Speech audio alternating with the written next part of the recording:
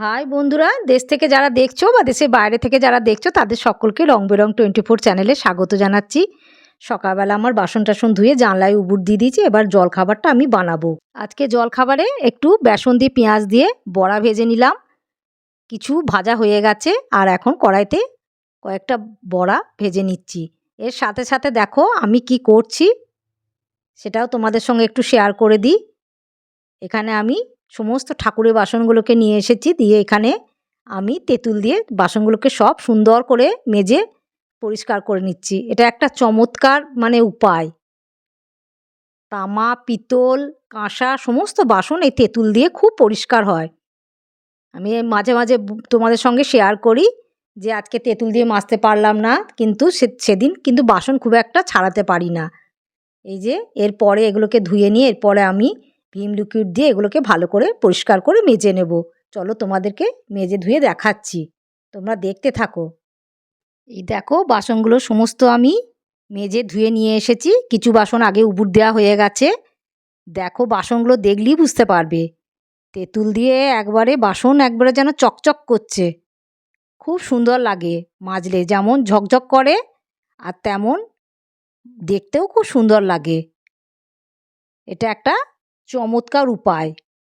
দেখো তামা আর কাঁসা পাশে পাশে আছে, দেখে বুঝতেই পারছো এটা কাঁসা। এই দেখো এইখানে তামার ঘটিটাও একটু তুবড়ে গেছে, পড়ে গেছিলো হাত থেকে।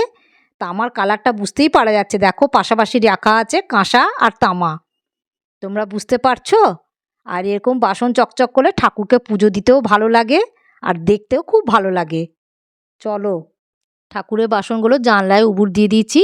আমি ডিটারজেন্টে জামা কাপড়গুলো সমস্ত ভিজিয়ে দিয়েছি। এবার এগুলোকে কেচে নিয়ে ঘর বারান্দা মুছে নিয়ে স্নান সেরে তোমাদের সঙ্গে রান্নাঘরে দেখা হচ্ছে। আজকে কি রান্না করলাম সেটা তোমাদের সঙ্গে একটু শেয়ার করে দেব।